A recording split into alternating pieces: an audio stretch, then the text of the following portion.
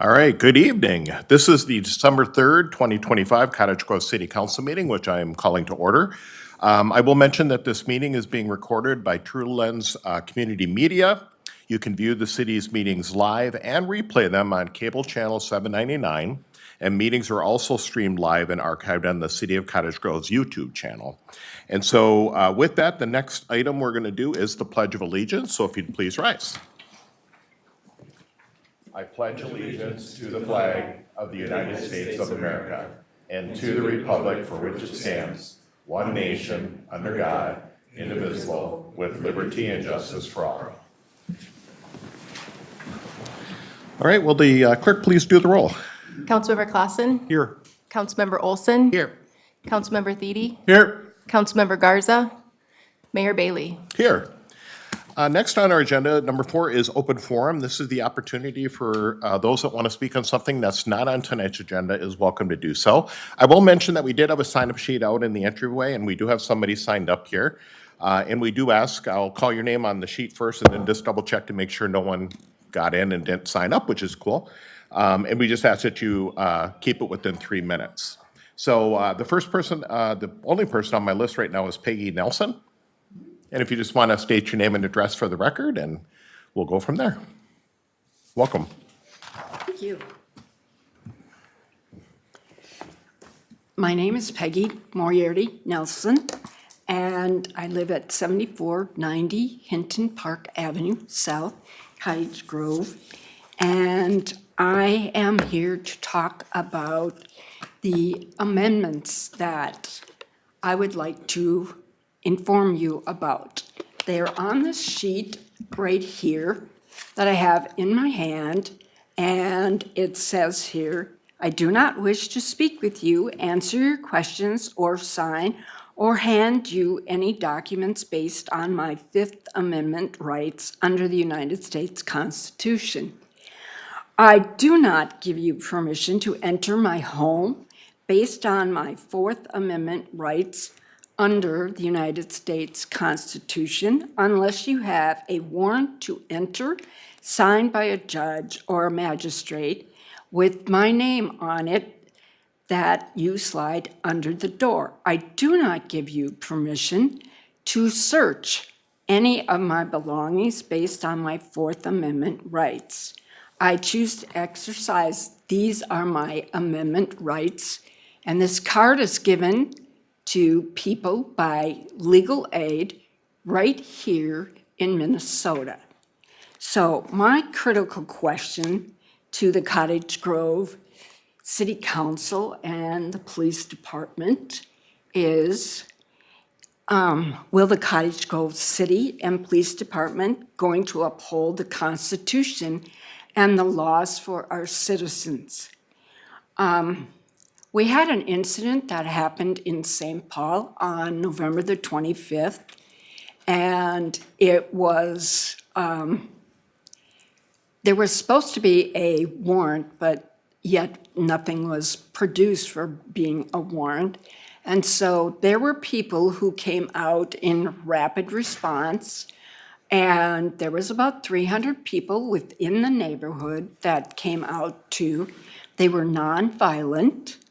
None of them had any, violent tendencies. They didn't have rocks, sticks, nothing.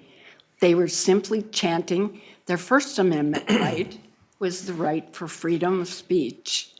And yet the St. Paul Police Department took it upon themselves to fire them with lethal rubber bullets and also tear gas and spray them with pepper spray. These are all harmful things to citizens, and they didn't have a warrant as they so stated that they did.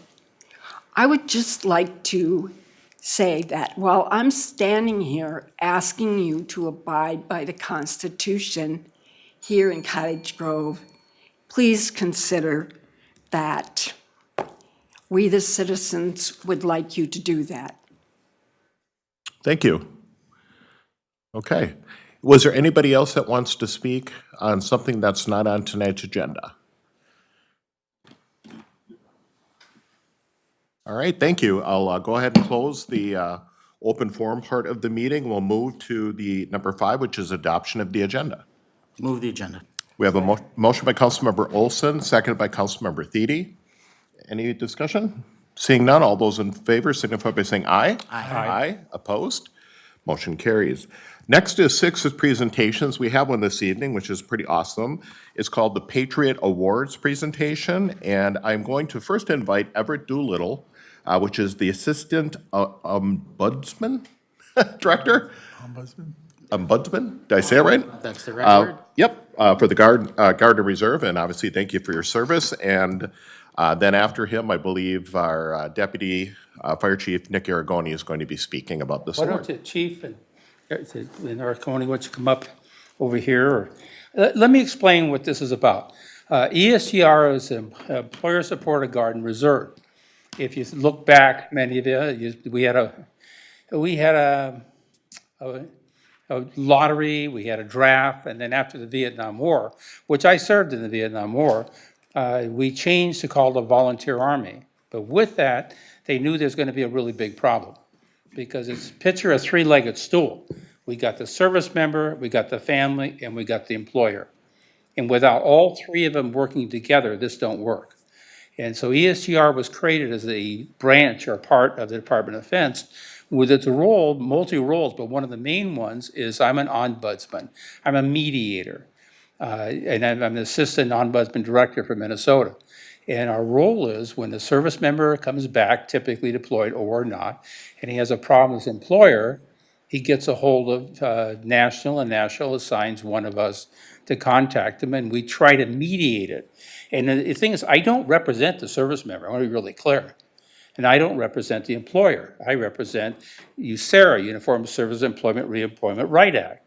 And I try to work together to mediate this within the law. And if I can't mediate it, there's another level it can go to who has true investigative subpoena power and everything else.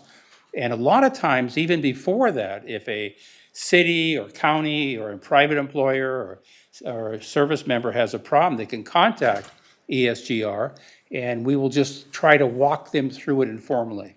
Well, then the fun part of my job is this today.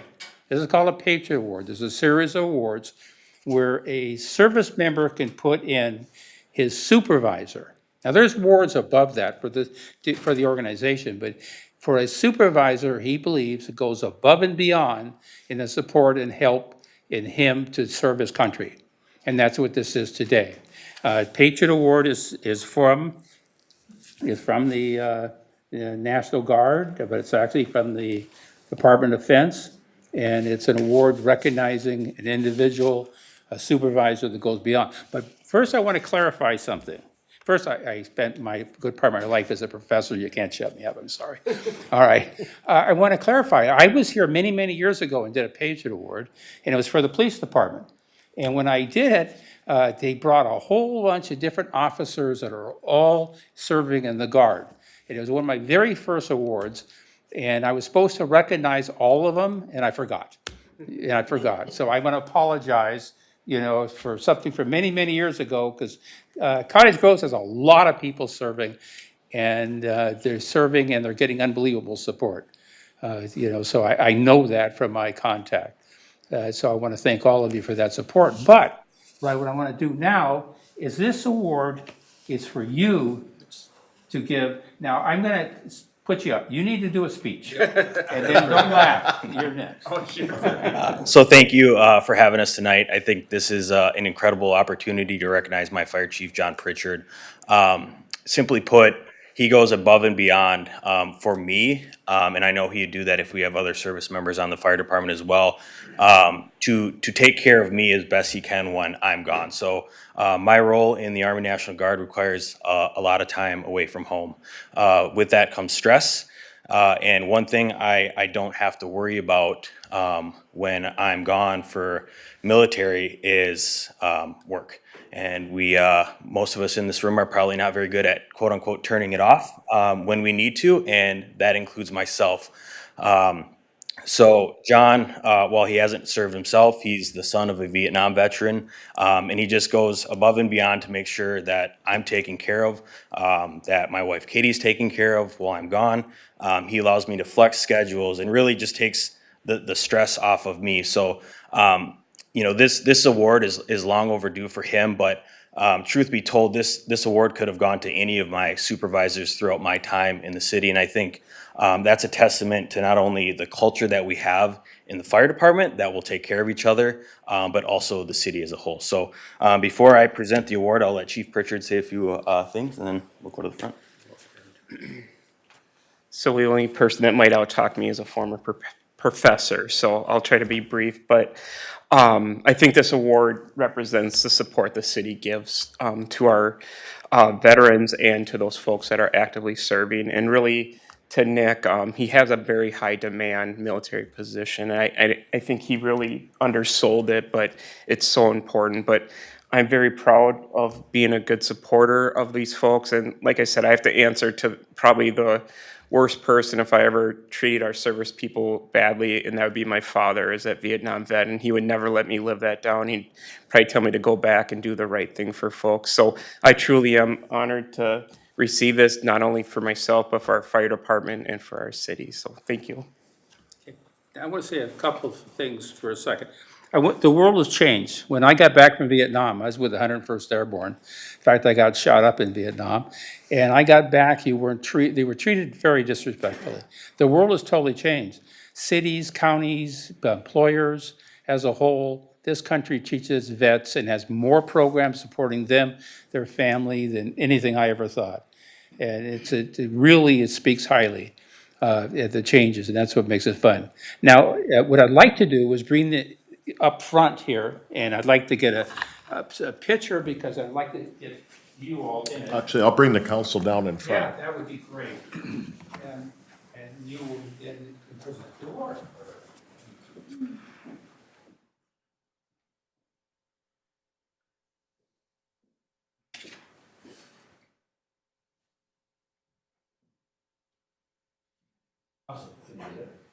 Yeah, so on behalf of myself, Chief Pritchard, thank you very much. Very, very deserving of the Patriot Award. Thank you for all your support.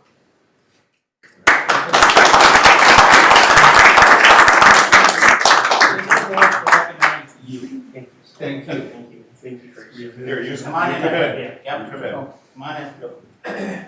Right over here.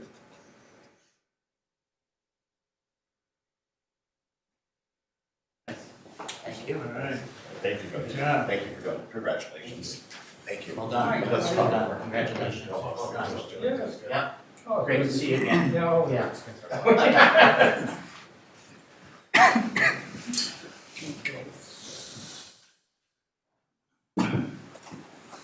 Now I see it. Yeah.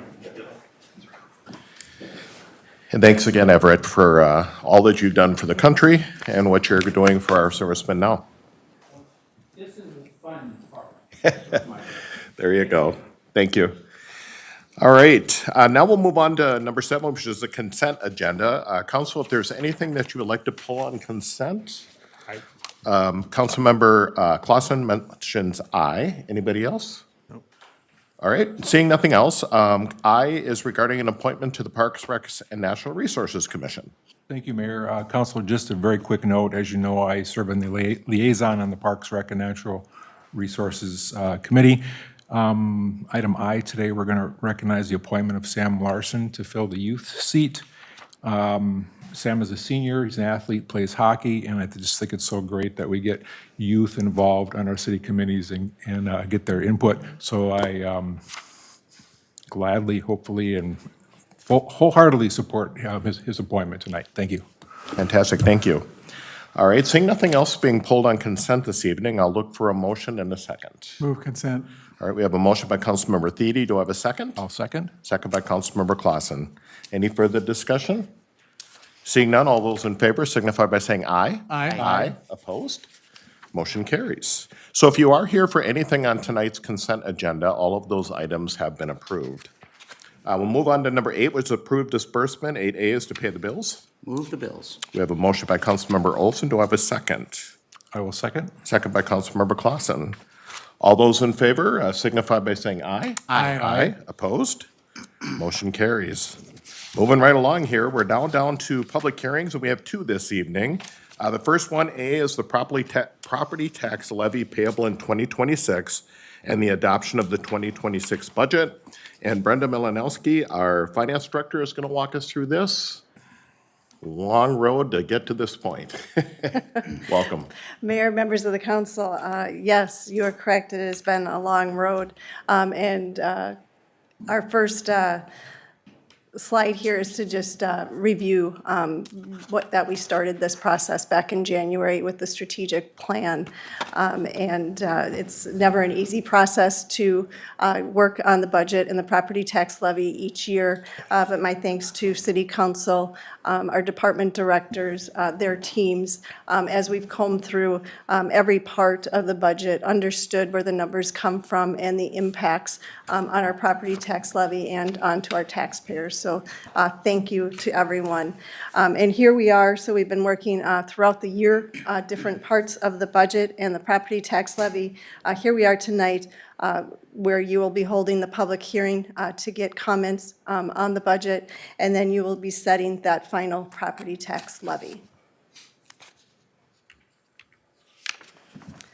Just a reminder to you and to our residents, these property tax bills were mailed by the county in November. That property tax bill has many components. There's different taxing jurisdictions that are on there, one being the city of Cottage Grove, and that is what we are answering questions about tonight, and that's what we're discussing is that property tax levy for the city of Cottage Grove. It did indicate on there that tonight would be where public comment would be made tonight. On that proposed bill, on the median home in Cottage Grove that's valued at $369,200, that bill for 2026, based on the proposed levies for the city of Cottage Grove and the other taxing jurisdictions, is $4,684 for 2026. Cottage Grove is 30% of that property tax bill, and so that's shown on the pie chart in green. The school district is just under 48%, the county just under 19%, and those Met Council and other small taxing jurisdictions are the remainder of the tax bill. Budget accomplishments based on the property tax levy in front of you and the budget that is available on our city website was in our packet. There's several things that we've been able to accomplish. We continue to be able to provide those same exceptional levels of services to our citizens. So there's no service reductions, whether it is police services, fire services, streets, public works, snow plowing, parks and recreation. So those same level of services to our residents that they've enjoyed in the past. We're showing that demonstration of capital assets.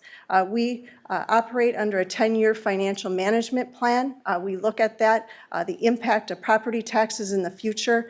When we look at future debt that is coming onto our tax rolls for pavement management or street projects, we look at capital replacement of our equipment. And so we are able to do that with this budget in front of you. We continue to be well-positioned to respond to changes in the economy amid economic uncertainty that is occurring recently.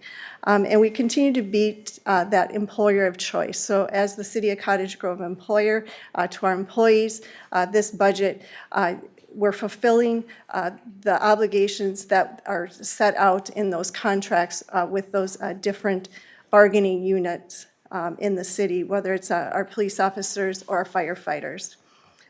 We do have some staffing in the position, some growth in staffing, and I'll outline those a little bit later. And then as we've done pavement management projects, street projects, or built the central fire station, we've issued debt for those projects. And so just like a mortgage, we have to pay that back each year, and there's a principal and interest payment on that.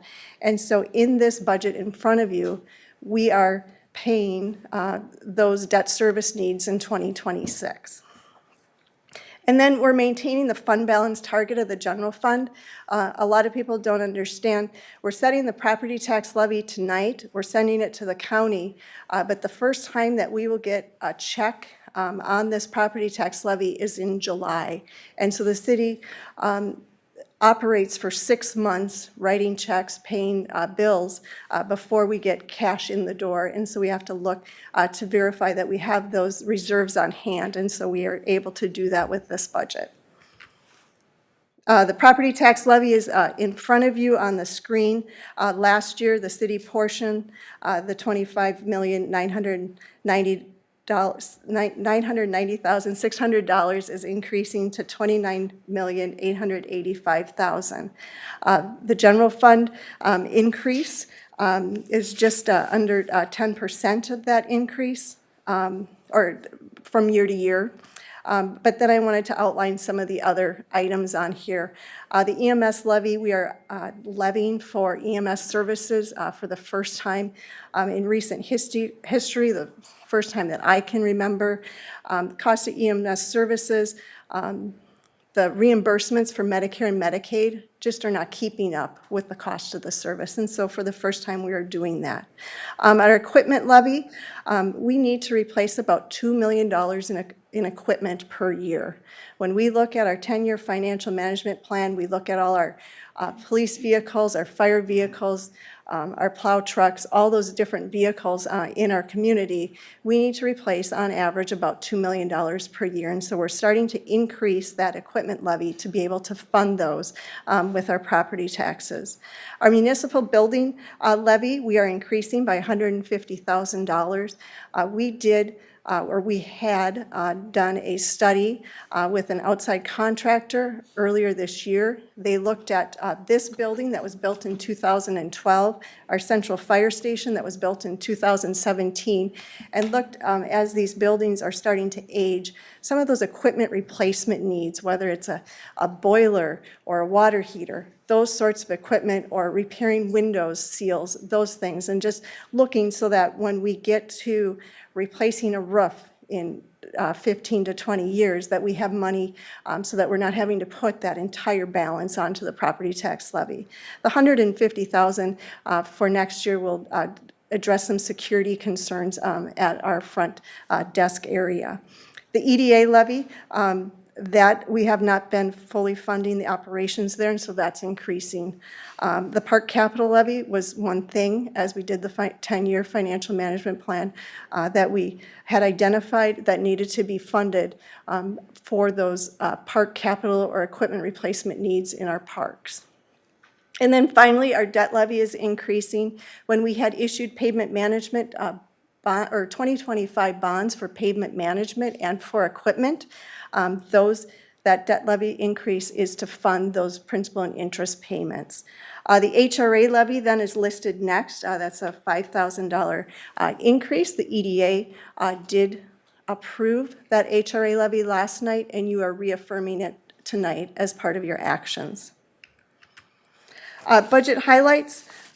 The new positions in the budget are listed here. So the 49th officer that does have, is included in the property tax levy.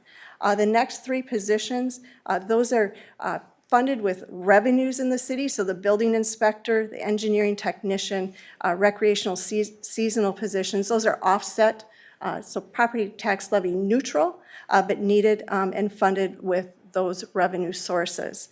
The 3 6-month position for parks, that will be funded with property taxes. And then the Deputy Director of Public Works and Utilities, that is being funded with our utility fund revenue, so not in our property taxes. As employees of other employers, your employer has been sending you a notice in the last week talking about the paid family and medical leave. The City of Cottage Grove also sent that notice to our employees because we will be needing to pay for that also. And so the included in our budget is that 0.44% that we are required to pay. starting on January 1st. And that in our union contracts, our employees will be picking up the second half, so they'll be funding 0.44%. Commodities and contractual services, we kept that at 2.5% to keep the property tax levy as low as we could. That is despite talks of tariffs and inflationary things, and cost of supplies have just gone up, but our department, our directors, our teams, they were able to really keep it at that 2.5% level. So my thanks to them. And then we even had some savings that we're able to do. So especially here, snow removal savings, we had some savings in the 2025 budget. And so the Public Works team brought a proposal forward to you to buy equipment this year, $200,000 to equip the trucks. We got a $100,000 grant, so net effect to the city was $100,000. But now we're able to put $50,000 in savings into the budget next year, and so that did have a positive decrease to our property tax levy.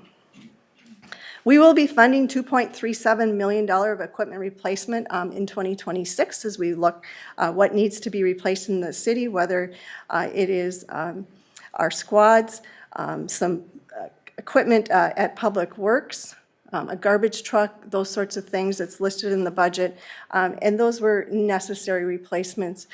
Each year, each piece of equipment that needs to be replaced, we don't just replace it because it's at 10 years or 12 years. We have to have a justification that those pieces of equipment need to be replaced, that they can't be, put down the road one more year. We do have a police vehicle actually out in the lot that's up for replacement for 2026 that hasn't been able to be driven for a little bit because it is at that repair. It's no longer able to be repaired. And so those pieces of equipment that we are funding are necessary. The general fund, that's our chief operating budget in the city. I wanted to talk about that because it's our largest budget, and it funds our police services, our fire services, Public Works, Parks and Recreation, administration services. And when we send a fire truck to a house, respond to a house, we're not sending them a bill. And so to generate that service for that member of our community, we need to pay for it, and we pay for it with property taxes. So when we look at the general fund, it is no surprise that the general fund is supported by 76% in property taxes. However, we are a growing community, and so license and permits for new buildings and commercial buildings do fund 8% of our budget in the general fund.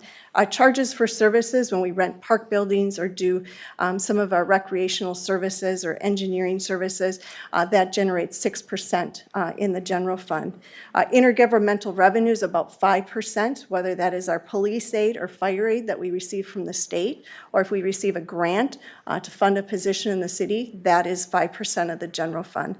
And then lastly, our enterprise funds, our water fund, our sewer fund, they send some money over to the general fund for those services, whether it's payroll services or finance administration services that we provide to those funds. And then on the expenditure side, first I wanted to point that expenditure number was the same as the revenue number. That's because we've balanced our budget. We're not using fund reserves or any tricks to balance this budget. And because we're in the people business, we provide snow plowing services or fire or police. 71% of our general fund is personnel. Commodities, 5.22%, contractual 22%, and then budget contingencies so that we can react to things that happen during the year that we had not anticipated is 1%, or just over 1. And then when we look budgets by department, public safety, we look at this every year, and I've got the 4-year trend, and it doesn't change. Public safety is 48.9% of the budget, and that's our police and fire services. Public Works is 19%, so those streets and snow removal services. General government, 12%. providing services really to the other departments, whether it's paying employees, cutting accounts payable checks, or doing accounting services or administration services. We support all those other parts of our city. Parks and Recreation, just under 12%, and then finally, community development at 7.85. The median home, so I had alluded to that before. Our median home in 2025 was $357,100. City property taxes paid by that median home, $1,282. So based on the property tax levy in front of you, they would pay in 2026 $1,435. They increased, that median home increased in value by 3.39%. And then we operate under that 10-year financial management plan. And this is the third year that we are doing a budget based on the financial management plan. That financial management plan had said that we needed a $110 increase on the median home the first year, $100 the second, and thereafter. And so it's good to see how we are comparing. We would be at $310 over that 3-year period. We're at $309. There was an action that happened last night, however, at the EDA meeting. There was a decertification of a TIF district. And so these property tax statements that arrived in the mail in November, they will actually decrease because of this decertification of this TIF district. When a TIF district decertifies, those taxes that are being captured for that development are then put back on the property tax levy. And because of that action that happened last night, the property taxes will go down. And so on that, what that means is on the median home that was going to pay annual taxes in 2026 of $1,435, they will pay $1,418. So a decrease of about approximately $17. What it also did is that the increase in city property taxes was about 11.93% before that decertification.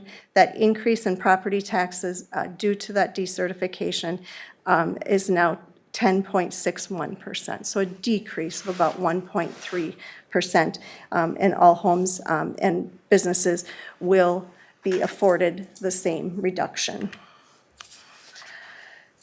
Instead of paying the property tax bill, whether you pay it once a year or twice a year, instead, if you sent a payment to the city of Cottage Grove, you would send us $118 per month. So we can compare that to a cable bill or an Excel bill, those sorts of things.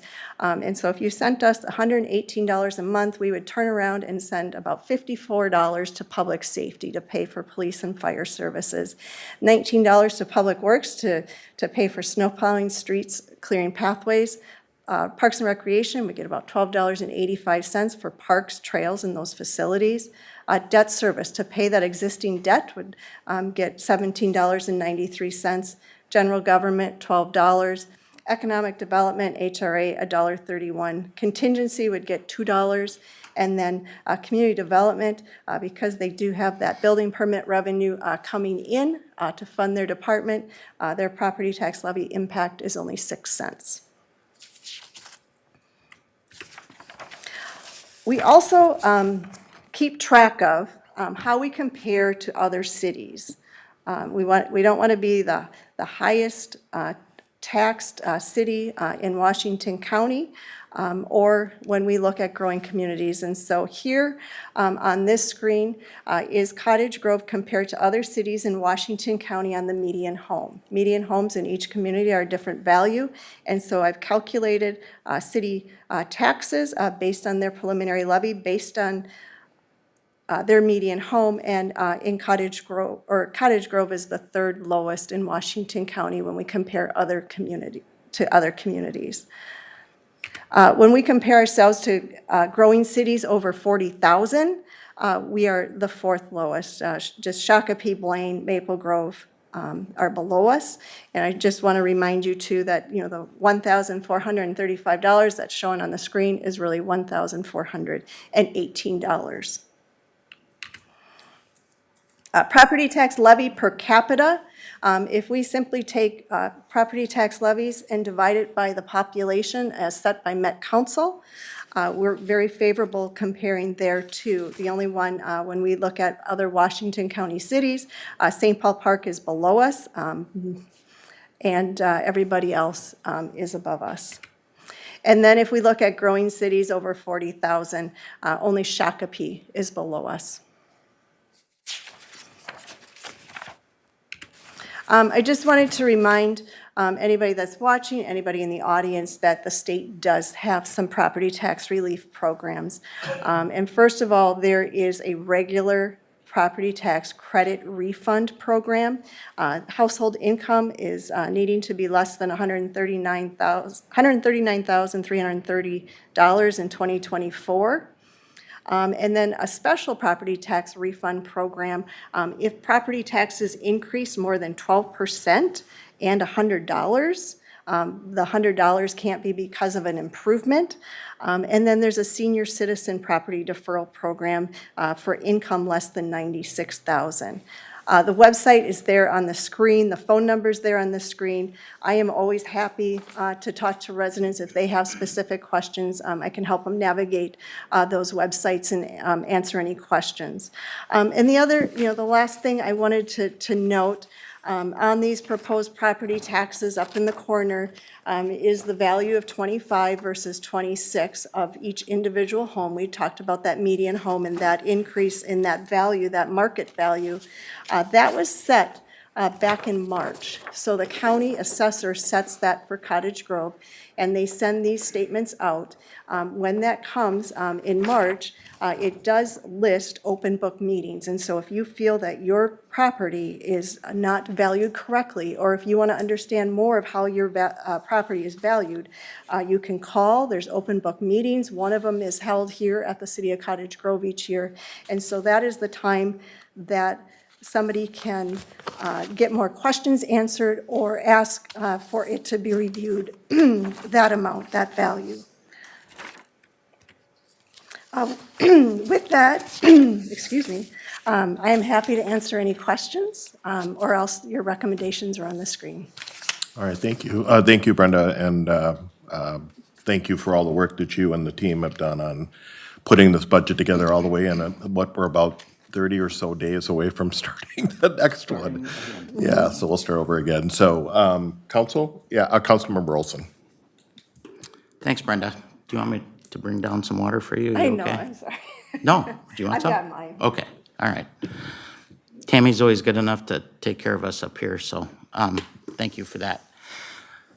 First and foremost, as the mayor said, thank you very much. I know that you and your staff have put in a ridiculous amount of time over the course of the last, 11 months, providing us with all kinds of data and information, et cetera.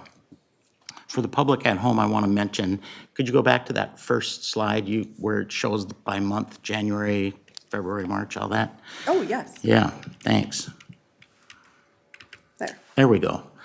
So I want to mention for the public at home that creating a budget and landing on a final budget is really a stepped process.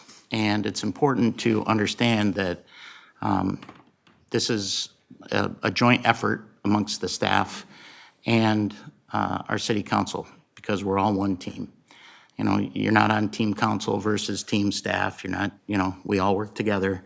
And the only way we can make good decisions as a council is when we get really good information from our team here in the City Hall building, and trust me, they do a ton. So if you look at all these various meetings, we start with a strategic plan based on the data that we have at the time. And usually that number is scary. I'll just leave it at that. It freaks us out. And then what happens is, as we go through the rest of the time frame here that you see on your screen, we start kind of gradually dialing in because we get more data. more information, et cetera.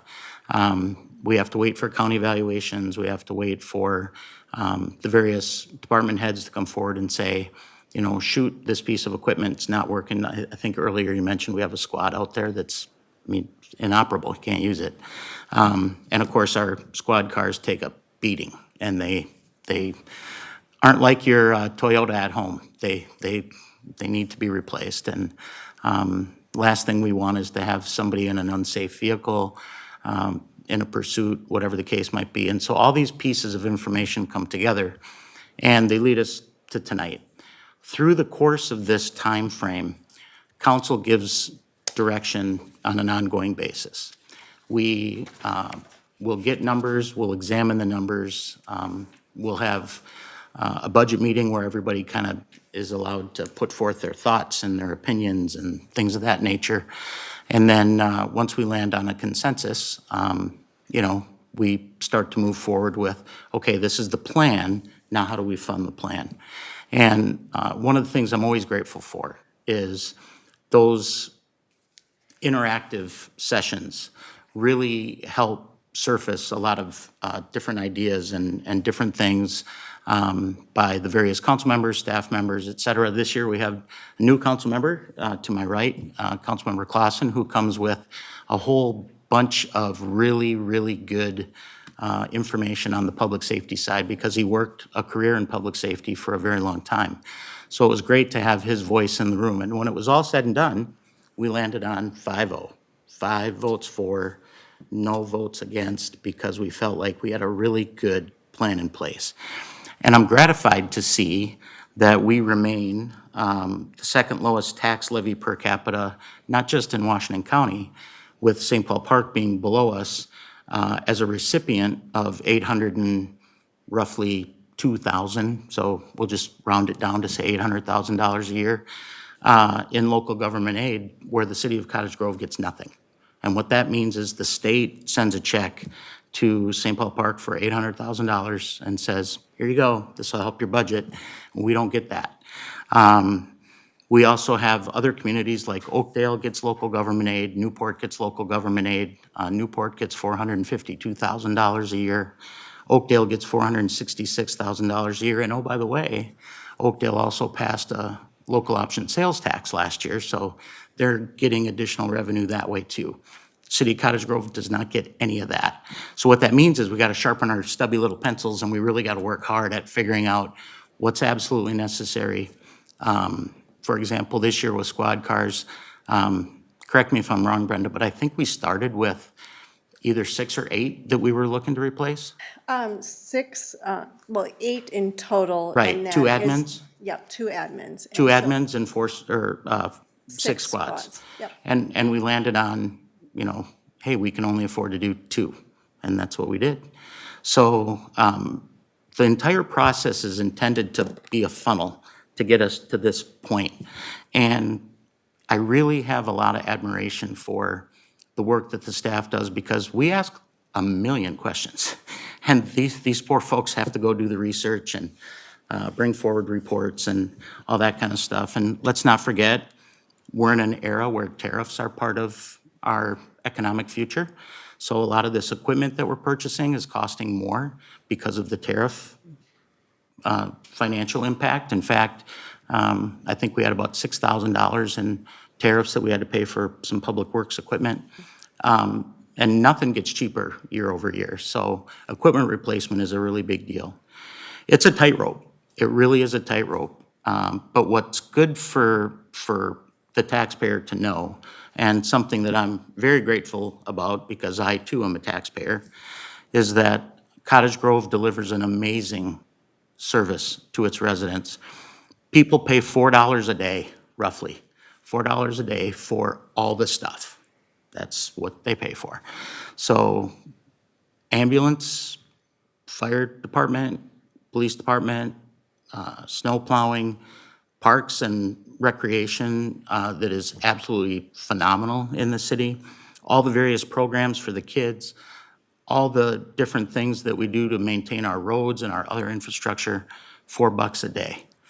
That's a pretty good deal, if you ask me.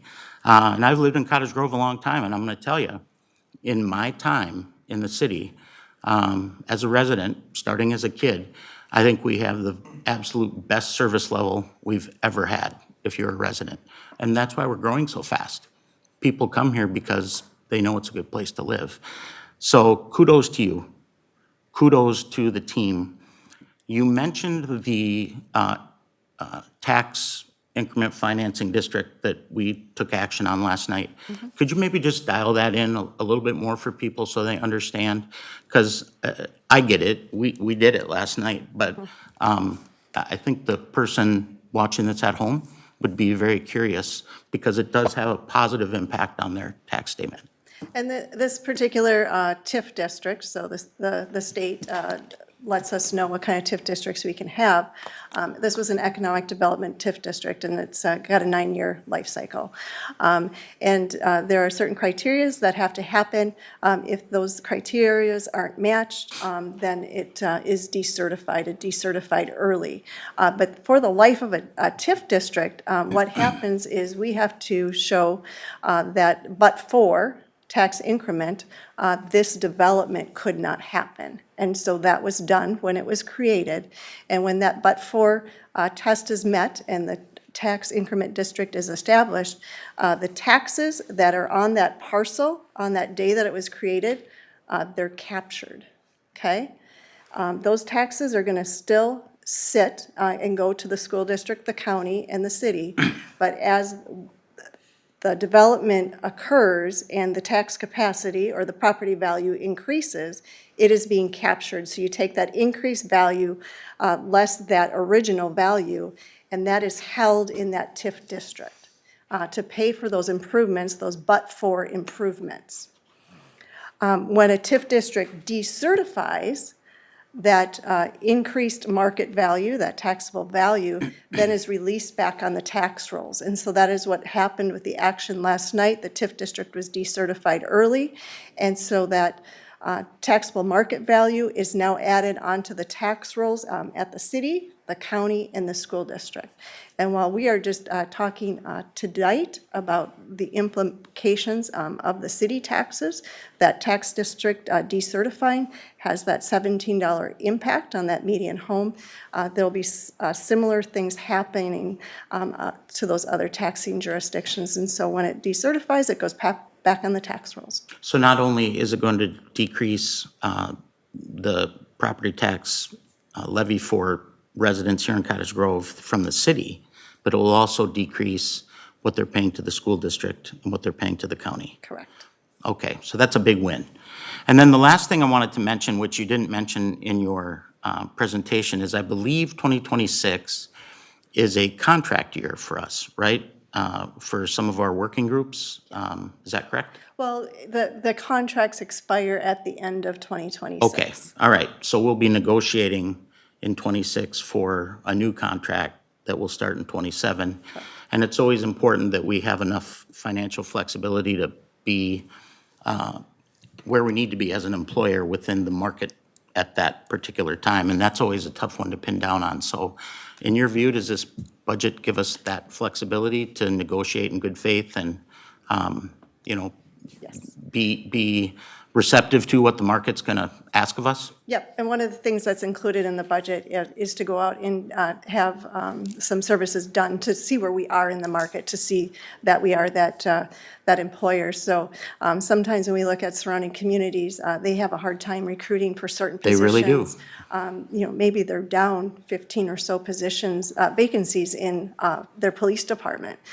We don't have that situation here in Cottage Grove because of the positive feedback to our police as an employer and as the city council. Right. And, you know, we did this poll call survey, you know, just several months back, and what we heard loud and clear as a council was people have a very favorable outlook on our public safety team, which is the largest part of our budget. We all know that. But there was also a lot of positive feedback on public works and some other things. And as we considered the budget for 2026, we kind of leaned into that. Look, people want to feel like their community is safe. They want to feel like their community is clean. They want to feel like the community has, beautiful parks and trails and things. And so the decisions that we made took all of that into account. And again, I very much appreciate all of the time and effort and energy that everybody put in. This calendar in front of me here doesn't lie. It's a lot. And the fun part is, once we vote tonight and move forward, we could start it all over again in January. So that'll be super fun. But thanks again. I appreciate it. I know this is always a heavy lift, but you guys did a phenomenal job, and full credit to the team. Okay. Any questions down here? First, I'll just add a little bit. This is. yeah, Councilmember Clausen. Thank you, Mayor.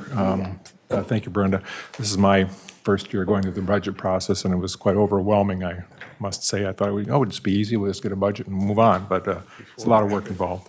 I just want to highlight a couple things. Justin may have brought them up, but I retired in 2020, and then I came back in 2025 on the council, and I'm looking around at equipment. That's a very big part of our budget.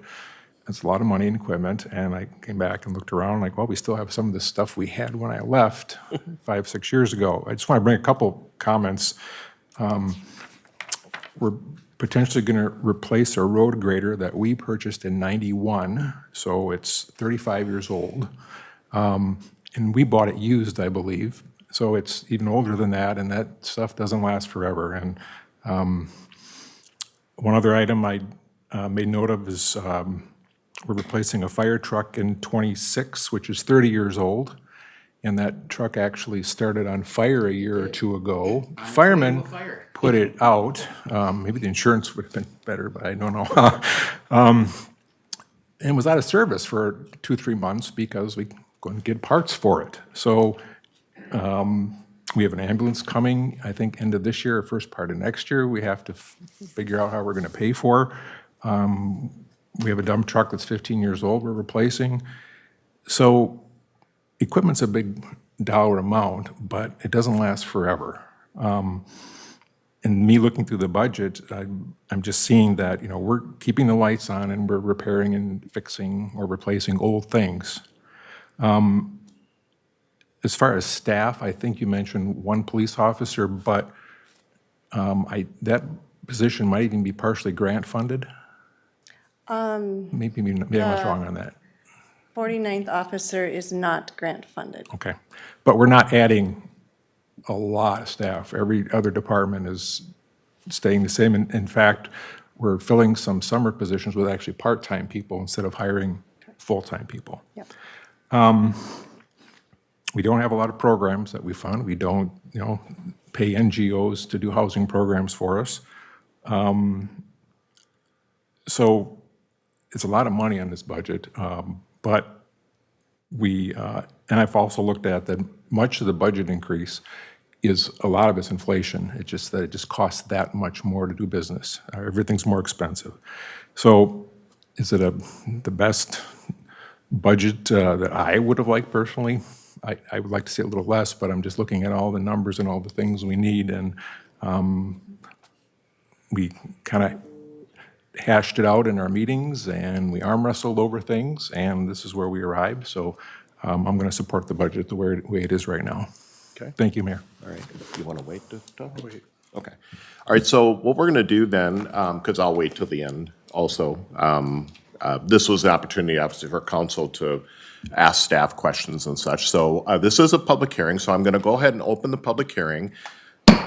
And what we would let you do, if somebody wants to speak on this topic, is welcome to just go up to the podium, just state your name and address for the record, and you do have up to 3 minutes to come share any information. I know our staff will take notes and then maybe either answer it at the end, if you will, or we'll take notes up here and we can answer it at the end. So yeah, if you'd like to come up, absolutely. Thank you. Yeah.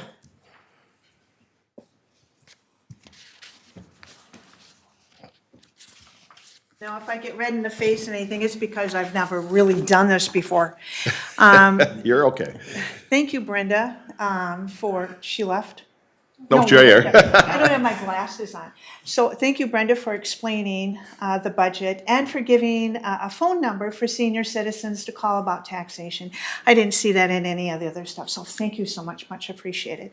And thank you, Mayor Myron, I'm sorry. Yep. For letting the other cities in our area know about EMS and that our city is like supporting them, and we would appreciate some of their help. Well, as you can tell, I'm an elderly citizen here living in Cottage Grove, 8052 Ivywood Avenue South, if I need to get that on the record. Thank you. Okay. And I've lived here maybe 20 years before I lived in St. Paul Park.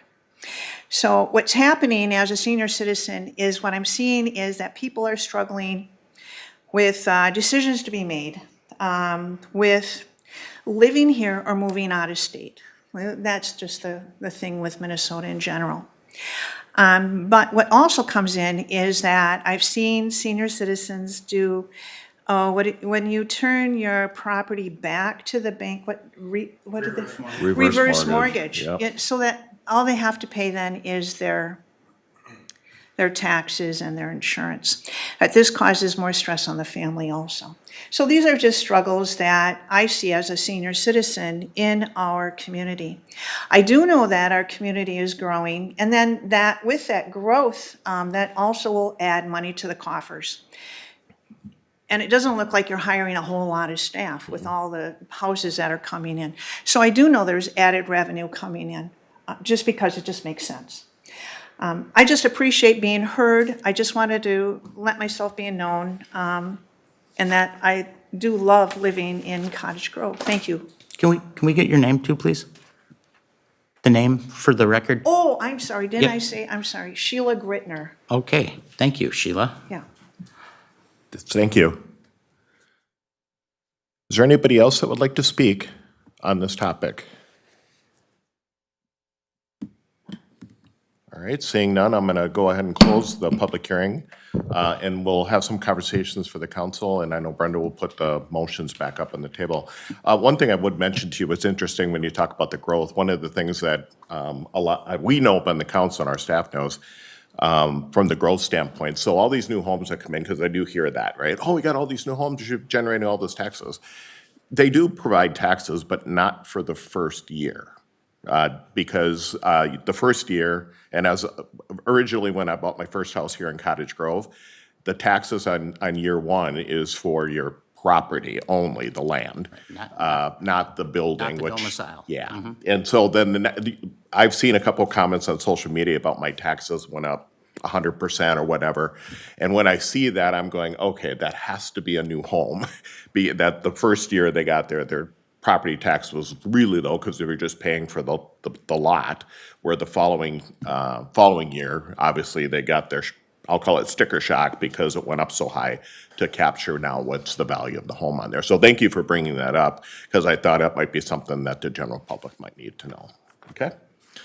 All right. So Councilmember Thiede. Sure.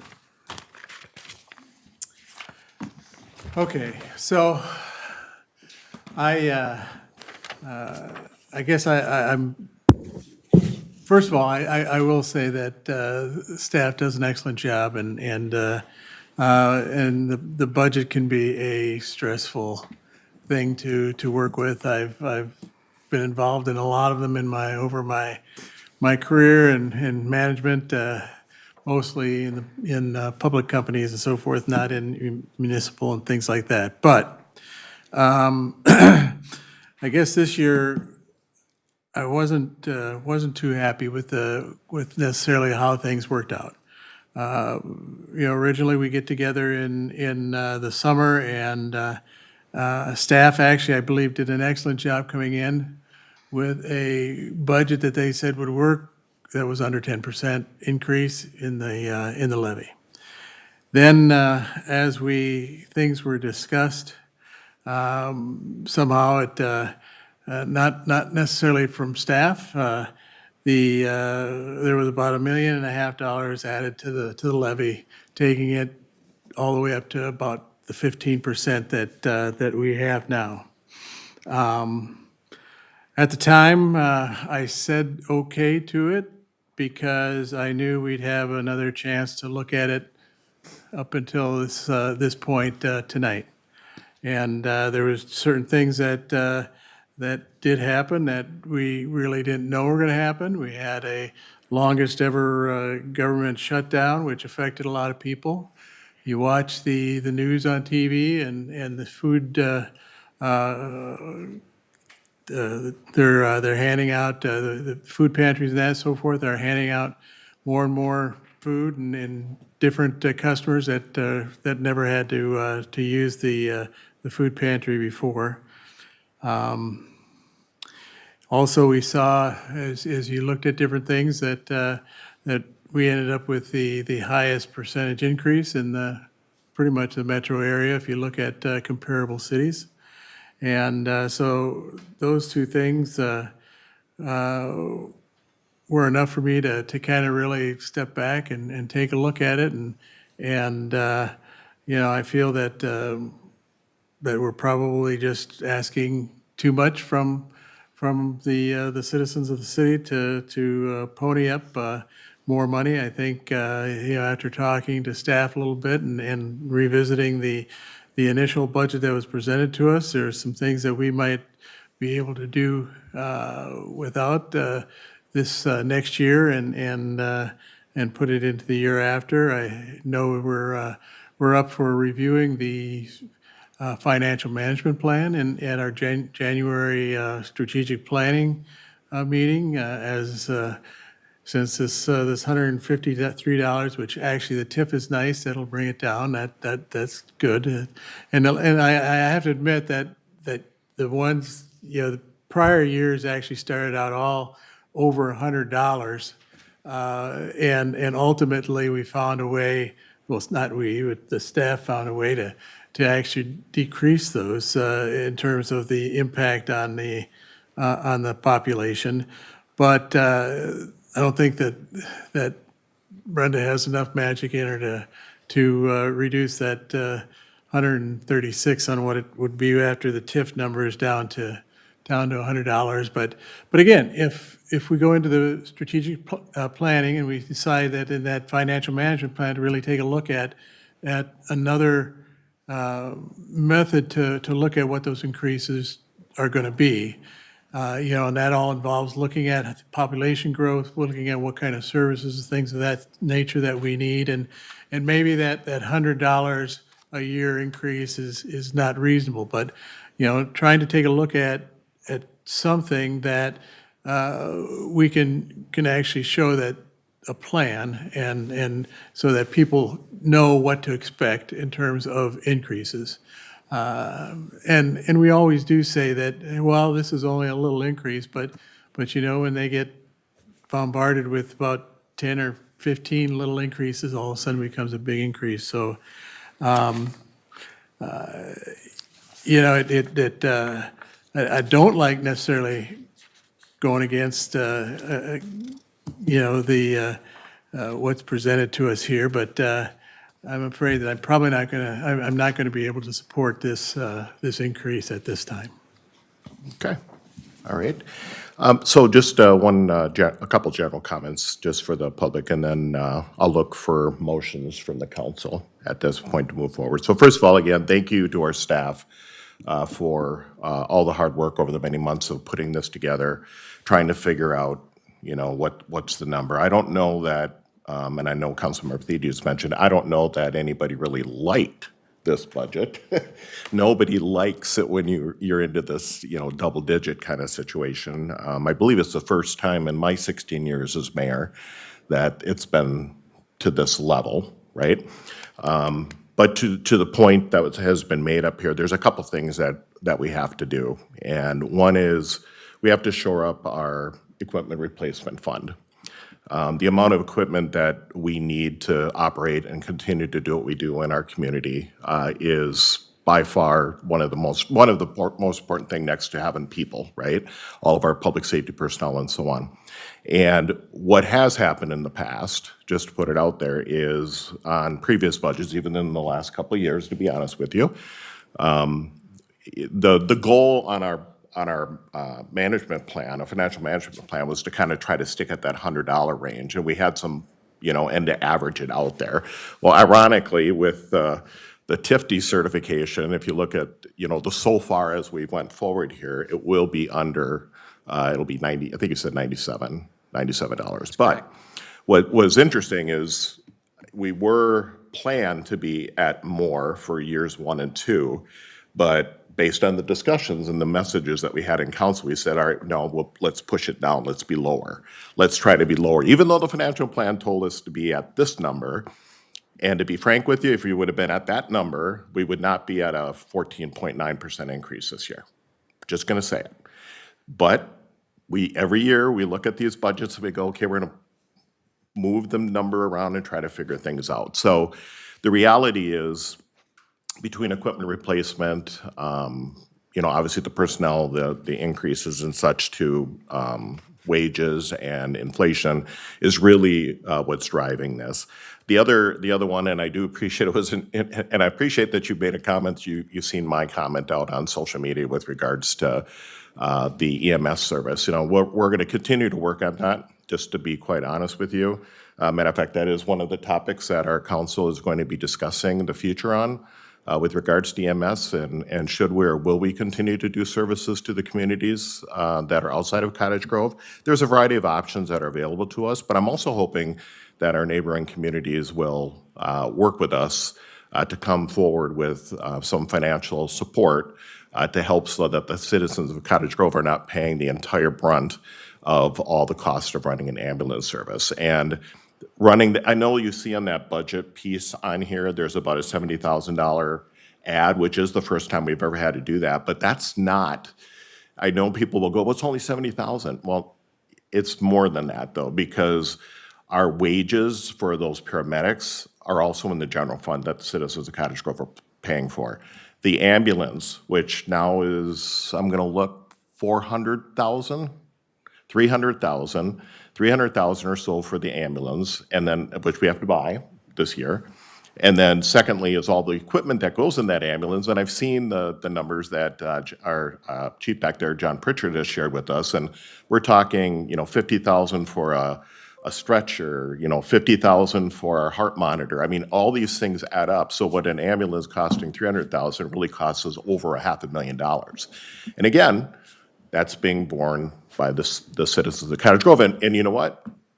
If it was just our community, I would say, okay, then we have a decision as a council to make if that's something that we decide we want to do, if we want to, spend the extra money or whatever to make sure you do that. So I say and thank you for bringing that up, because we will still press this with our neighboring communities and talk to them about what we hope will be a successful outcome, and then a future that will look into the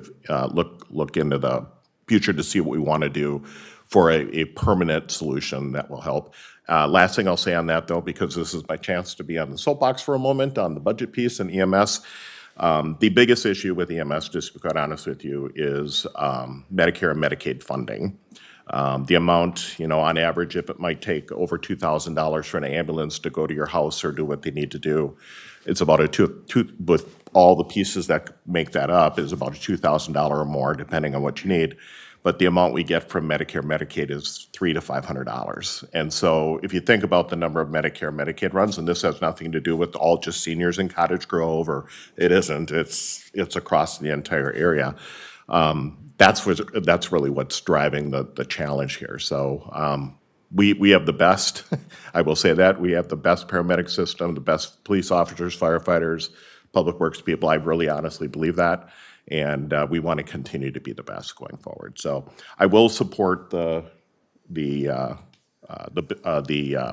budget that we've got before us at this point. And so, council, I'll look for somebody to make. We have, I believe, 3 separate motions that need to be done. I just want to make one more comment, Mayor. Yes, I'm sorry. Just Yeah, go wanna, ahead, Councilmember Clausen. Thank you. Councilmember Thiede, you brought up when we were in our meetings that we added 1.5 million in the equipment was kind of the sticking point for you. And And I recognize that. But one thing I noticed is that during the COVID years, we really kept the budget very low and pushed off a lot of equipment purchases. And good or bad, it happened. I respect the council's decision back at the time. But however, I'm looking now and seeing of all the things we've delayed, this was kind of, we knew this day was coming, that we're going to have to spend a lot more money on capital expenses. And I hear what you say. I understand it, but I wish it was better too. Thanks. All right. So, Mayor, I'll make a resolution. Are you ready for that? Yep, go ahead. Okay, I'll move, adopt Resolution 2025-174, adopting the 2025 property tax levy collectible in 2026. All right, so I have a motion by Councilmember Clausen. Do I have a second? Second. Second by Councilmember Olson. Any further discussion? Seeing none, all those in favor signify by saying aye. Aye. Aye. Opposed? Nay. Motion carries 3-1. Mayor, I'll move to adopt Resolution 2025-175, adopting the 2026 budget. All right, so I have a motion by Councilmember Olson. Do I have a second? I will second that. Second by Councilmember Clausen. Again, any discussion? Seeing none, all those in favor signify by saying aye. Aye. Aye. Opposed? Nay. Motion carries 3-1. And then the final? I'll move to adopt Resolution 2025-176, adopting the 2025 Housing and Redevelopment Authority property tax levy collectible in 2026. Second. All right, so we have a motion by Councilmember Clausen, second by Councilmember Olson. Any further discussion? Seeing none, all those in favor signify by saying aye. Aye. Aye. Opposed? Motion carries. Thank you again, Brenda and team, for everything you did there. All right, our next public hearing is B, which is the 80th Street Rehabilitation Project, and this is the public hearing, and Paul Spundhos, our city engineer, is going to walk us through this, and I'll be honest with you, other than the cost of it, it's definitely needed. Reconstruction of 80th Street.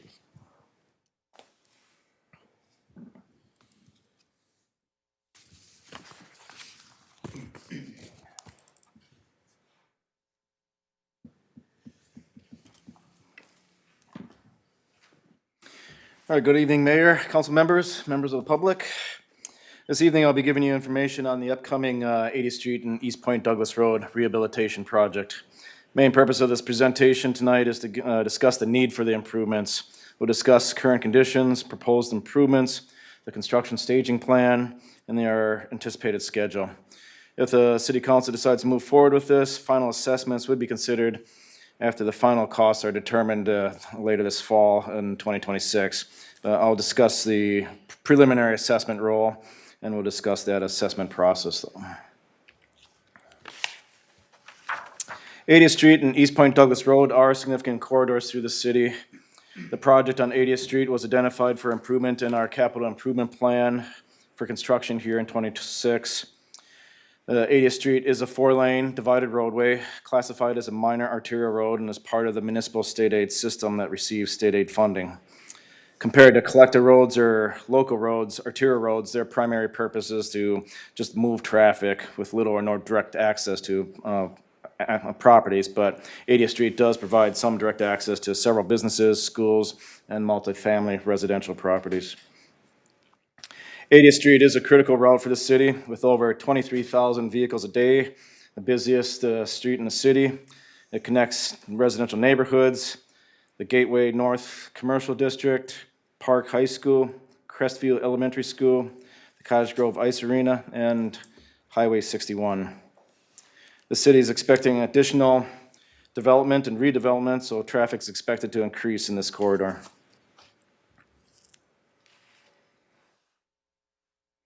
Also, we are including work on East Point Douglas Road, south of 80th Street.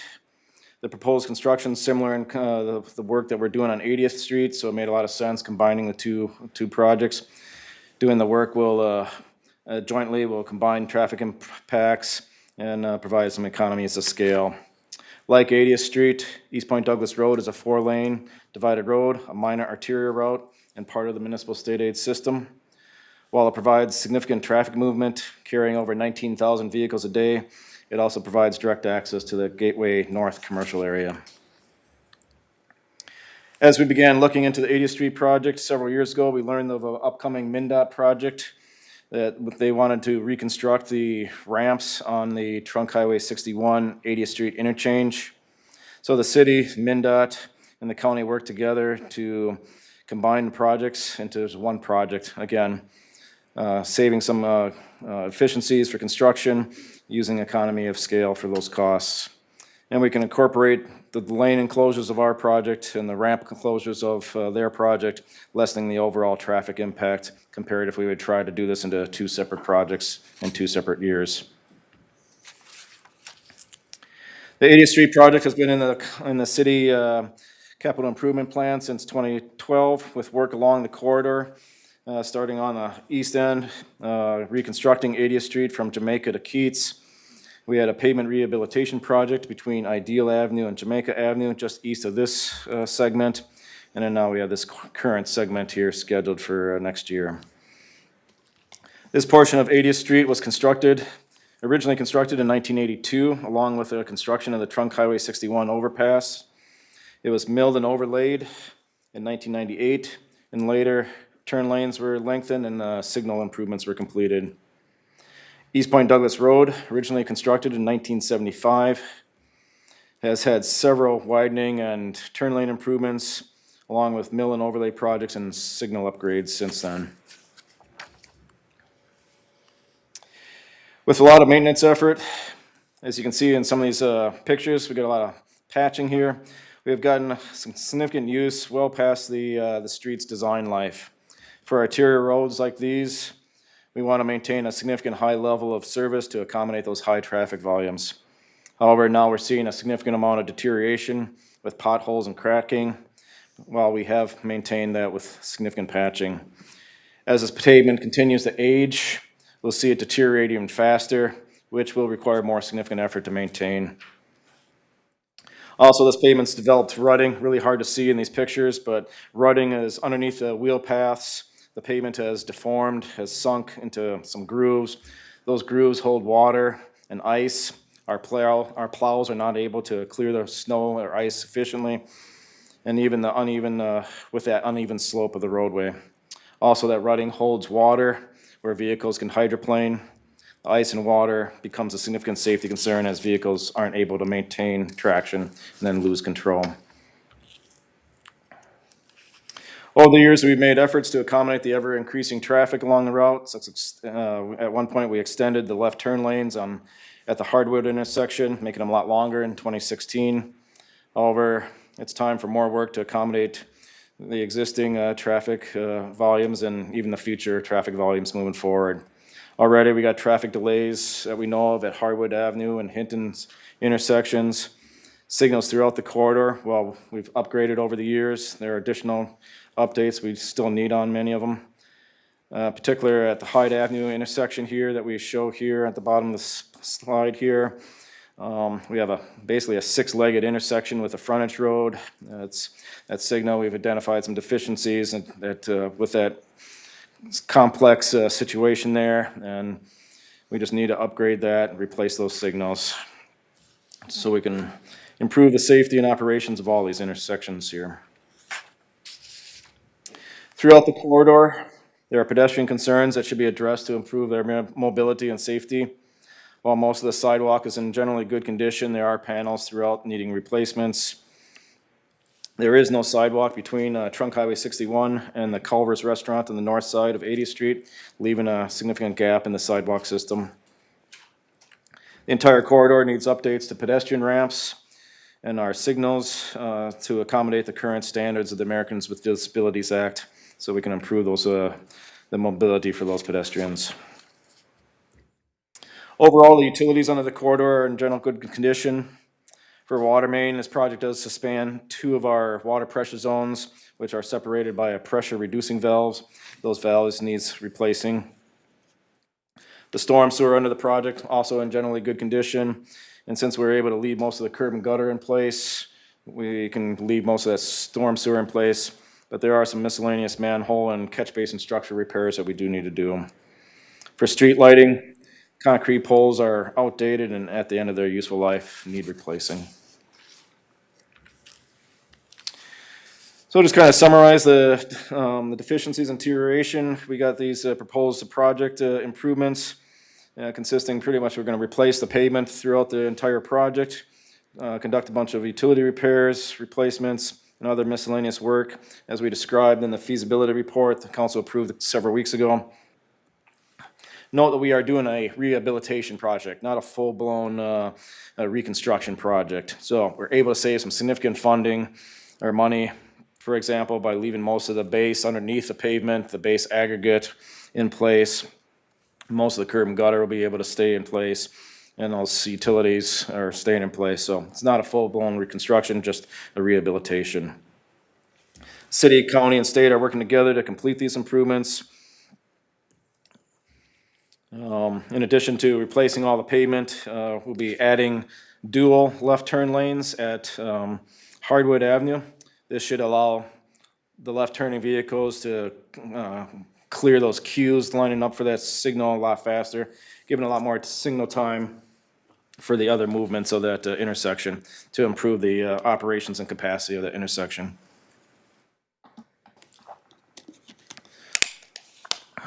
At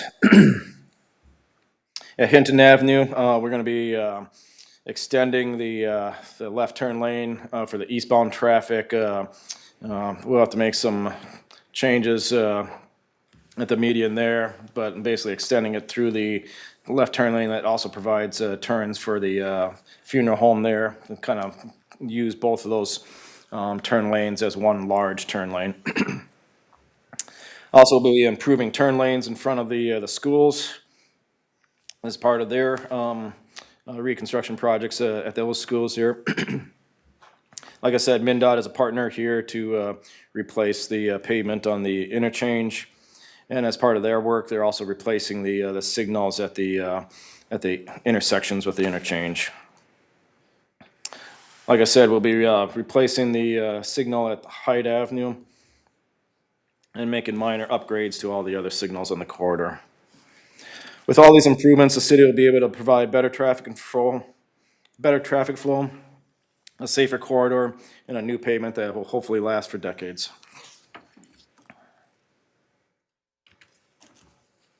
I'd like to give a brief outline of the project staging and scheduling.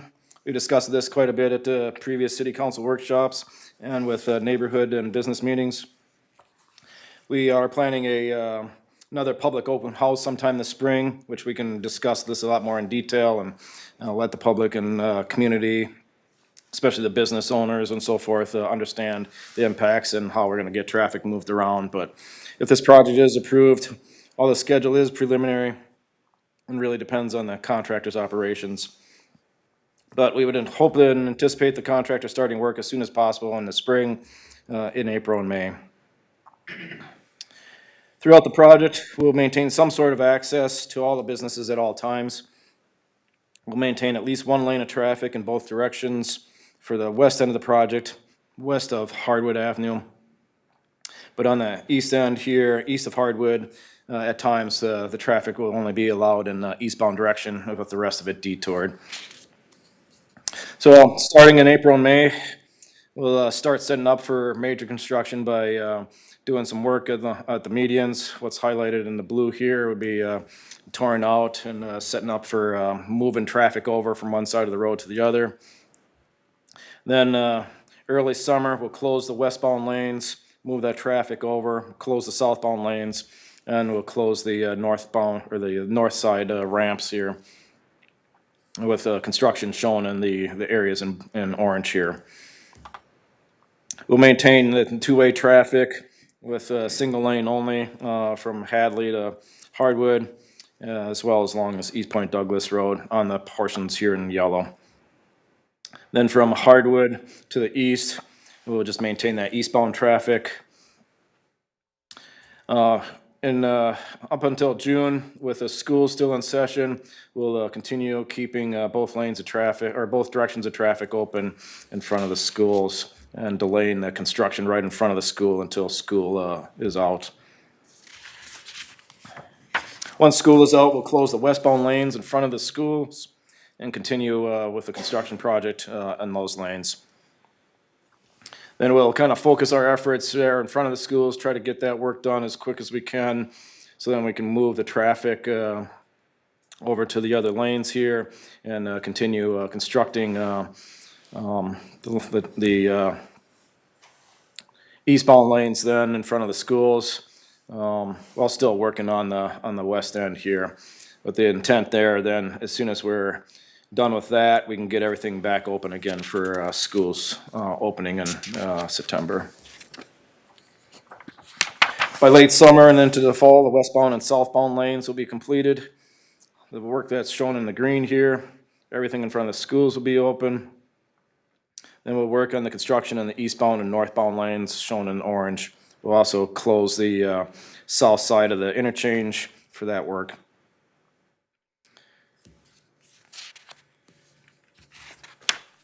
Late fall then, we anticipate restoring traffic into their normal lanes and then continue to maintain at least one lane of traffic in each direction as we complete all that median work and restore the crossovers. Like I said earlier, tonight's meeting is mostly about the need of this project, but I do have some information on the assessments here. There will be another public meeting if we move forward with this project in the fall of 2026, specifically regarding those assessments. The project will be assessing property owners that are adjacent to the project. Parcels highlighted here in red and orange and green are proposed to be assessed. Red is commercial district area, green is multi-family residential, and orange is the school district properties. On the south side of 80th Street between Hemingway Avenue here and Ideal is a city frontage road. So the costs along that portion of the project are assigned to the city. Here's an estimate of the project costs, breaking out the total cost versus just the construction costs.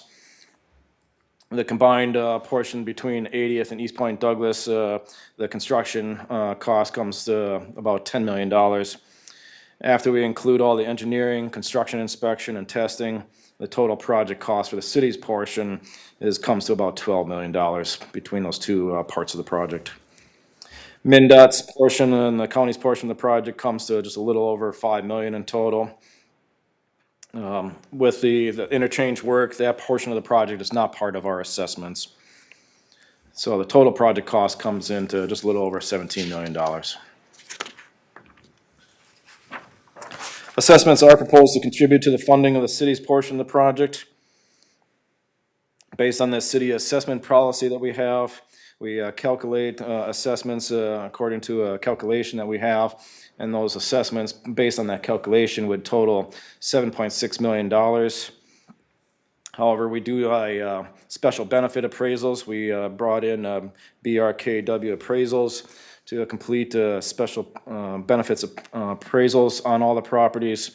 And they determined that the total value of all those benefits would be $1.5 million. So that's the maximum we would be able to assess the properties here.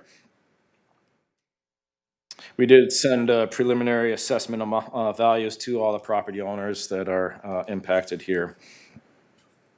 And then we held a meeting with them a couple weeks ago. There are 37 different parcels owned by 29 different property owners. The special benefit appraisals valued those individual parcels from everything from $1,900 for a parcel to as much as $251,500 per the parcel. A lot of different things that go into that, different access, size of the property, and so forth.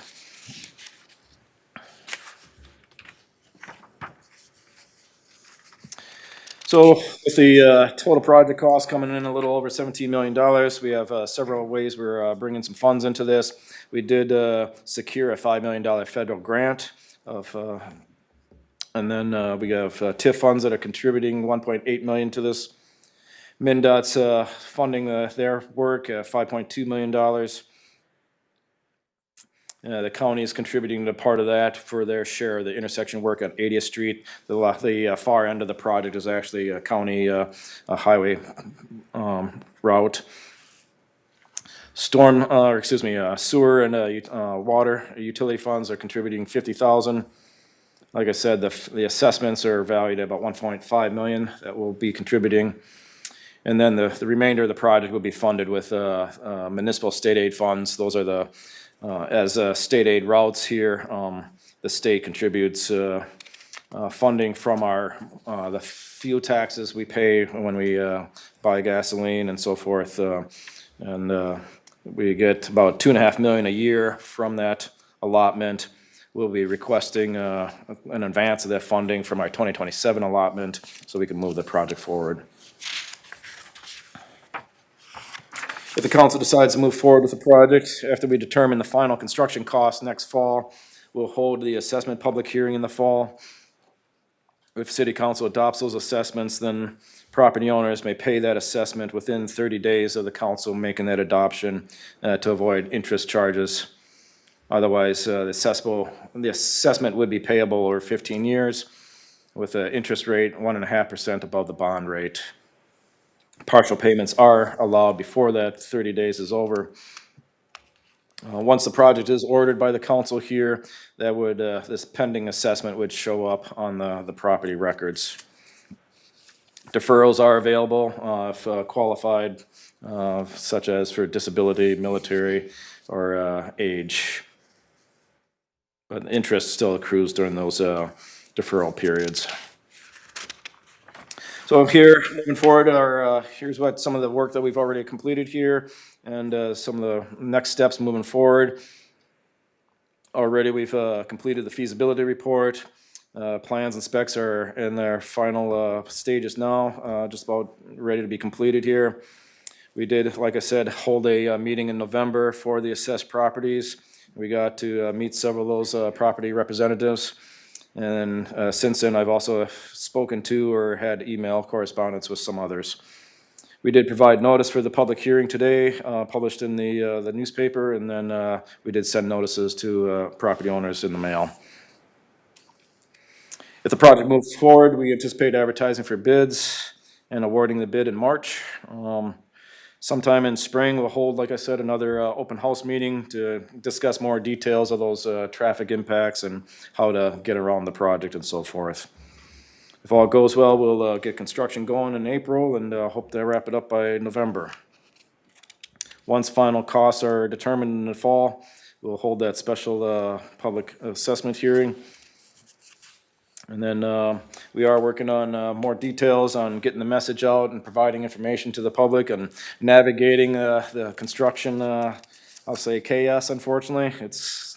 Construction's never easy, so we will be working to get all that out there via our email updates, social media, website. We have just established a project website. You'll be able to click the link on the city webpage. The city newsletter that's coming out here in December. Cottage Grove Reports will have a link to the project webpage.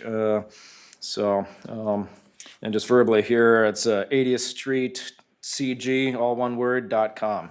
80th Street CG.com. So check it out. That'll be constantly updated throughout the project, and more information will be provided on that page soon. So that ends my presentation here. Tonight, staff brings these recommendations to the City Council for your consideration. To conduct a public hearing on the need for the improvements and to adopt the resolution then to order the project. I do want to remind the council that the resolution needs at least a 4/5 vote for the project. With council member Garza out tonight, that means we'd need all four of you to approve it here tonight. So with that, do you have any questions? All right, thank you, Paul. Council, any questions? Councilmember Olson? Thanks, Paul. I know you've had to put us through this presentation maybe now 3 or 4 times, so it gets better every time, just so you know. A few questions, and I'm just gonna kind of put them in a lump sum here for you. question number one has to do with the timing of the project from start to finish. Weather can be a factor, and we dealt with something a couple years ago when the roundabout near Target was being constructed, where we had just unseasonably wet weather that put our construction projects throughout the city kind of, in a little bit of a tough spot. So my question is this: understanding that we have a tight timeline, I mean, it's a big project, right? And we want to get it buttoned up in a year. Should there be any weather impacts, is there some sort of provision in the bidding or the choice of who we would use to actually do the work, that they would potentially work on weekends if necessary, or later in the day if necessary? Most of our standard contracts with contractors, and we do know that there are weather delays throughout the summer. We have kind of standard estimates of what is expected for normal times that the contractor would not be able to work. So that is included in their schedule. It's included in our schedule. So we Okay. do make allowances for, I guess, what would be a typical Yeah. weather delays that are expected. But yeah, we do have, and then we do mandate a deadline for the contractor with liquidated damages if the contractor fails to meet that deadline. So, and with the amount of work that is scheduled for this, the contractor is going to be expected to understand that scope of work and the timeline, and we don't mandate their schedule, but if they're falling behind, we'll certainly say, hey, if you aren't working weekends, it's probably a good idea, because those liquidated damages are gonna come. And those liquidated damages are not as a penalty on the contractor, it's a recognition that there are damages to the city, to the public, for the delays if they can't get it done, so. Yeah, in particular, I was thinking about the businesses that'll be impacted, so I appreciate you exactly. clarifying that, because that certainly could get to be sticky if, we didn't address it up front. And then the last question I had for you is, I know that when we do road projects like this, there's often an opportunity to televise sewer lines, hydrojet, do different things to maintain some of the infrastructure that's there. Do we have any plans to, as the project goes along, look at things like underground wiring for streetlights or like I said, sewer lines or what have you? Since it's going to be available, it's right there, right? We don't have to dig underground because we'll already be digging. Yeah, good question, Councilmember. I believe we did do all those video logs of the systems before the getting into, as part of the feasibility report. Right. So we've seen what those look like and determined they are in relatively, for the most part, good condition. And we have identified a few things that need repairs that we will do as part of the project. So. Okay, well, good enough. Sometimes when you dig in the ground, you find stuff that you didn't quite expect, so. There's always that, but. Yeah, hopefully that'll give us an opportunity to address some of those things, because it is such a busy roadway. You want to do it right the first time, right? So, okay, thank you. Yeah. Awesome. I don't think there's any other questions on the council at this point, so thank you, Paul. I'm going to then go ahead now and open the public hearing. This is the opportunity, again, if somebody would like to ask questions or speak on this topic, is welcome to do so. Is there anybody at all? All right, I guess seeing none, I will go ahead and close the public hearing. And I know he just flipped the thing off there if he wants to put it back on, otherwise we've got it on our sheet in front of us. There we go. Perfect. All right, so council, we have one motion that needs to be made. The first one I'll is go already ahead completed. and move that we adopt Resolution 2025-178, ordering the 80th Street, Highway 61 to Ideal Avenue, East Point Douglas Road, 80th Street South to T intersection, and Highway 61, 80th Street interchange rehab project. All right, so I have a motion by Councilmember Thiede. Do I have a second? I will second that. Second by Councilmember Clausen. Any further discussion? Seeing none, all those in favor signify by saying aye. Aye. Aye, opposed? Motion carries. There we go. You got all four of us there on that one. Yep, Paul can sleep well tonight. All right, there we go. 10 is bid awards are on this evening. We have nothing under 11 regular agenda, so we're all the way down to council comments and requests. I'll start with Councilmember Clausen, if anything. Just one tonight, Mayor. In January, we have our annual planning meeting, and I'm wondering if these assessments are not fun to talk about and people get sticker shock by them. And back in 1996 or 97, we had a pavement management task force that came up with the formula. And let's just talk about it at our January meeting and see if we still have the right assessment dollar amount. Are we comparable to other cities, just to make sure we're fair to everybody, I guess. Okay, Thank you. all right, thank you. Councilmember Olson. First of all, good idea, Councilmember Clausen. We have done a few of those check-ins over the last, 20 years or so, but we haven't really substantially looked at, do we even maybe need to bring the pavement management team together? So I think that's a great suggestion. Look forward to that conversation.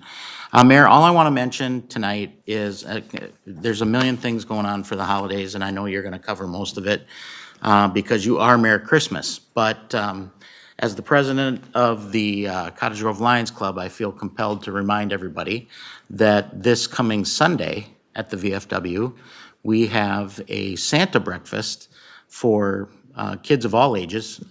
This is going to be a ton of fun for people, great meal. You get to sit on Santa's lap.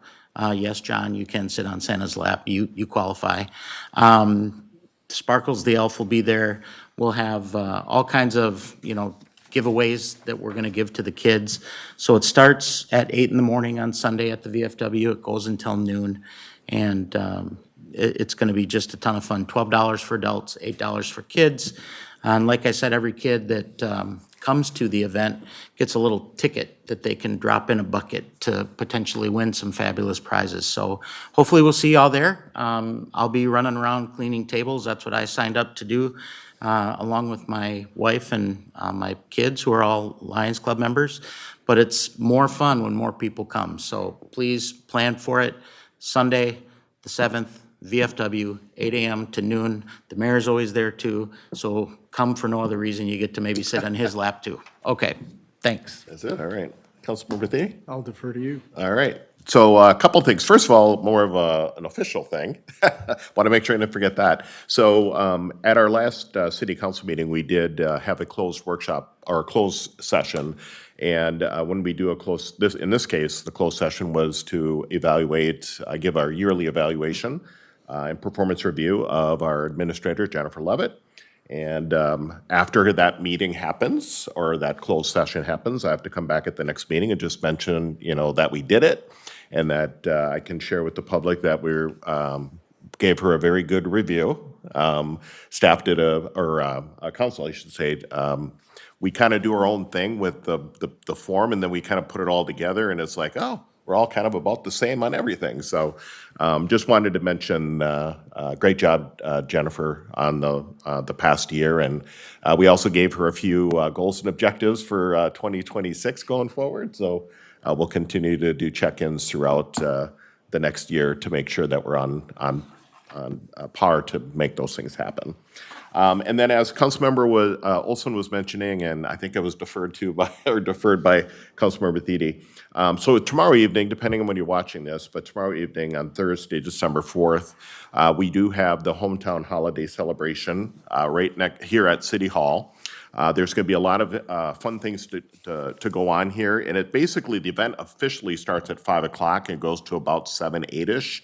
I do know the weather's been, for Minnesota, it's a little bit cold out there, but Wear your woolies. yeah, be warm, but we will have fire rings out there with fire going out there to keep it warm. We got a tent that's got heaters in it. The City Hall will be open. There'll be movies, I believe, going on again in City Hall here for kids for the holidays. There's going to be reindeer here. Blow-ups, Santa, Mrs. Claus will be arriving. Obviously, we're going to be having a good time. I believe the Park High School Choir is going to be here. But one thing I did want to mention is obviously the parking lot here, because we have all the, and food trucks, I forgot the food trucks. But all the parking lot here is gonna be pretty much blocked off, so you're gonna go, how am I gonna get here? So I will tell you, there will be wagon rides, so you can stop at the Hero Center on the north side, or you can go to the Washington County Service Center on the south side. You can get on a wagon ride, take a wagon ride, takes you right up here, you get to come in, kids can meet and sit on Santa's lap. We got a little chair and all that set up out here. So I just wanted to mention, we've had great success over the last few years of doing that here. Our city staff, public, Parks and Recreation staff do a great job of putting it all together. So I encourage you to come and join me, and I'm assuming most of the council at this event tomorrow night, and enjoy your community. The other item I want to mention is, obviously, we're just over a week away, Saturday, December 13th. At 5:15 is the arrival of the Canadian Pacific slash Kansas City, KCP, yeah, CPKC. I know they changed all that again, but they have their holiday train that's going to be arriving here once again in Cottage Grove. It is down along West Point Douglas Road near the Youth Service Bureau. Again, there will be, you can either walk from parking lots, or there'll be, again, wagons and such that'll take you, whether from the park and ride. There's some options to park down in that area. Again, they should train should arrive around 5:15, but there is going to be stuff going on before and a little bit after. We'll keep our fingers crossed that the weather will be decent. But there's music, and of course, the purpose of this, to be right out there in the front, is to support our local area food shelf. And so whether you can bring cash or whether non-perishable food items, they're already in the fundraising piece. I haven't heard the latest update. Pete, any update? All right, so our goal is 125,000. Sounds like we're getting close already, which is great news. And we really want to thank the CPKC Rail, because they're the ones, they put this event on, but they also present the city or the Friends in Need Food Shelf with a decent-sized check. And of course, they do this all around the country, and I always love to plug this. Cottage Grove is their biggest stop. It's the most money-raised stop in the U.S. And when I say the biggest stop, it's the biggest in the sense that the number of people that show up to actually be part of the celebration. So again, another opportunity to give back to your community, but also have a good time for the holidays.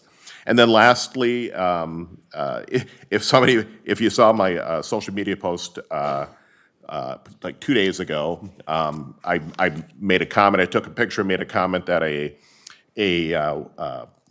very large nutcracker showed up in my front yard.